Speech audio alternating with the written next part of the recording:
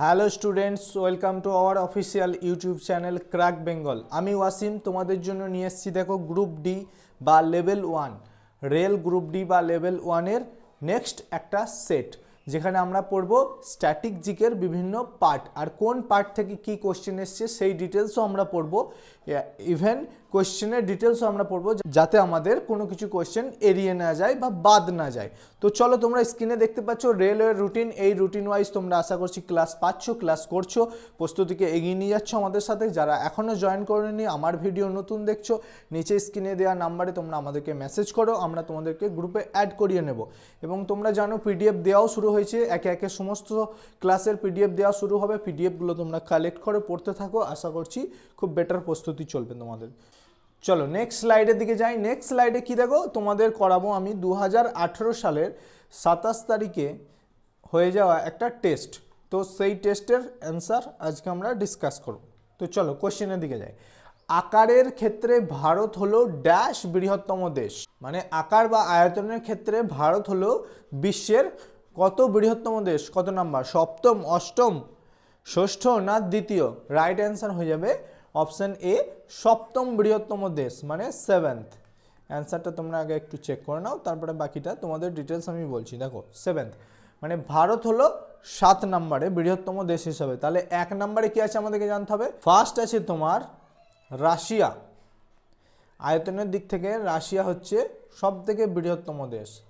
Second কি আছে আমাদেরকে জানতে হবে, সেকেন্ড আছে কানাডা, সেকেন্ড কানাডা। থার্ড কি আছে আমাদেরকে জানতে হবে, থার্ড আছে চীন। তো এই তিনটেই জেনে রাখো। ফার্স্ট, সেকেন্ড, থার্ড জানলাম, আর আমাদের ভারত হচ্ছে 7th। চলো নেক্সট কোশ্চেনের দিকে যাই। ড্যাশ সূর্য থেকে নির্গত হয় এবং ত্বকের ক্যান্সারের ঘটানোর জন্য দায়ী। কি অতিবেগুনি রশ্মি, আলফা রশ্মি, গামা রশ্মি না বিটা রশ্মি? এটা একটা সায়েন্সের কোশ্চেন, ইজি কোশ্চেন, তাই তোমাদের সামনে তুলে ধরেছি। রাইট অ্যান্সার হবে অতিবেগুনি রশ্মি। অ্যান্সার দেখে নাও। চলো নেক্সট কোশ্চেনের দিকে যাই। ভারতে পণ্য ও পরিষেবা কর মানে জিএসটি চালু করা হয়েছিল কোন তারিখে? দেখতেই পাচ্ছ, প্রথমে সালটাকে ডিটেক্ট করো, 16, 17, 17, 17 দেখতে পাচ্ছ। তো বেসিক্যালি আমরা জানি 17 সালেই হয়েছিল। তো এটা না এটা? তো রাইট অ্যান্সার 1 জুলাই 2017 সালে জিএসটি পরিষেবা চালু করা হয়েছিল। জিএসটি, জিএসটি স্ট্যান্ডস ফর, জিএসটির full form goods and services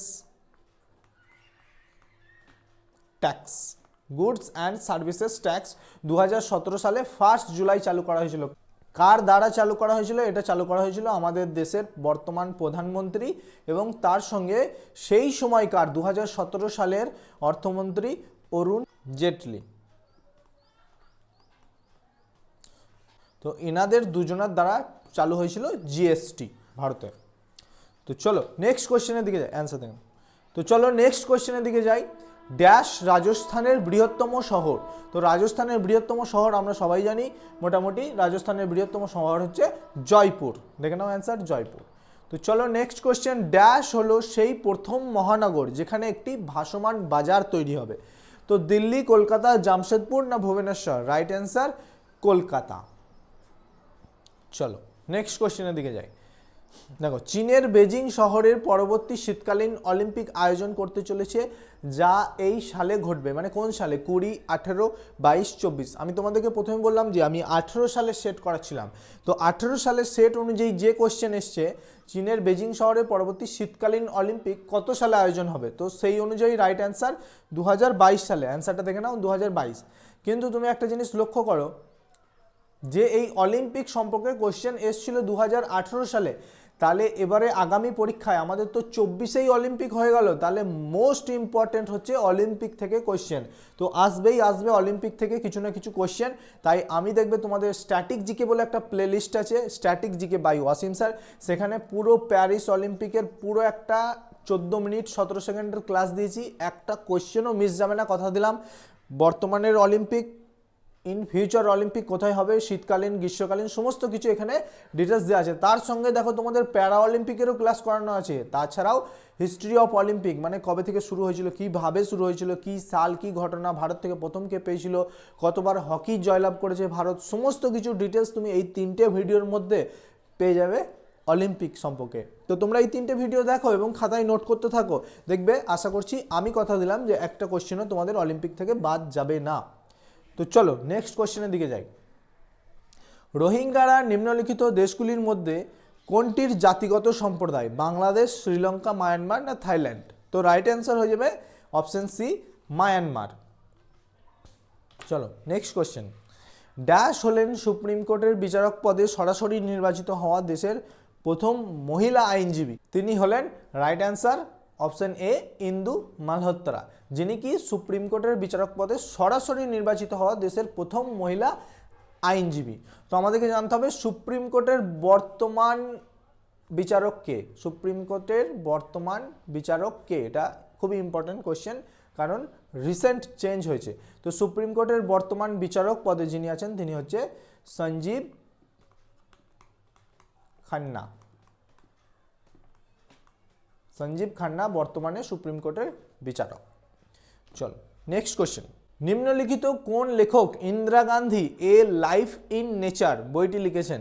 তো এটি কে লিখেছেন? রাইট অ্যান্সার হয়ে যাবে অপশন সি, জয়রাম রমেশ লিখেছেন কি ইন্দিরা গান্ধী এ লাইফ ইন নেচার। চলো নেক্সট কোশ্চেন দিকে।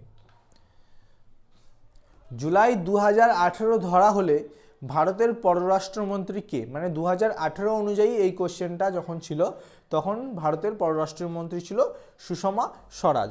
তো আমাদেরকে 2018 নয়, আমাদেরকে জানতে হবে 2024।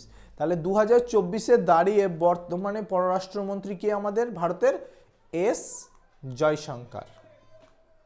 আমি কারেন্ট অ্যাফেয়ার্সে পড়িয়ে থাকি, একটু লক্ষ্য করবে, সব জেনে যাবে তোমরা। এস জয়শঙ্কর হচ্ছে ভারতের বর্তমান পররাষ্ট্রমন্ত্রী। ড্যাশ হলেন উইলম্বডন ডাবলসের শিরোপা জেতা প্রথম ভারতীয় মহিলা? তো তিনি কে? রাইট অ্যান্সার হয়ে যাবে option D is the right answer, Sania Mirza. তিনি এই শিরোপা জিতেছেন ভারতীয় মহিলা হিসেবে প্রথম। চলো নেক্সট কোশ্চেনের দিকে যাই।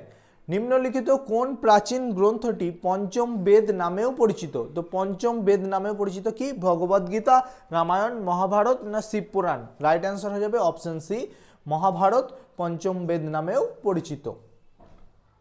চলো নেক্সট কোশ্চেনের দিকে যাই।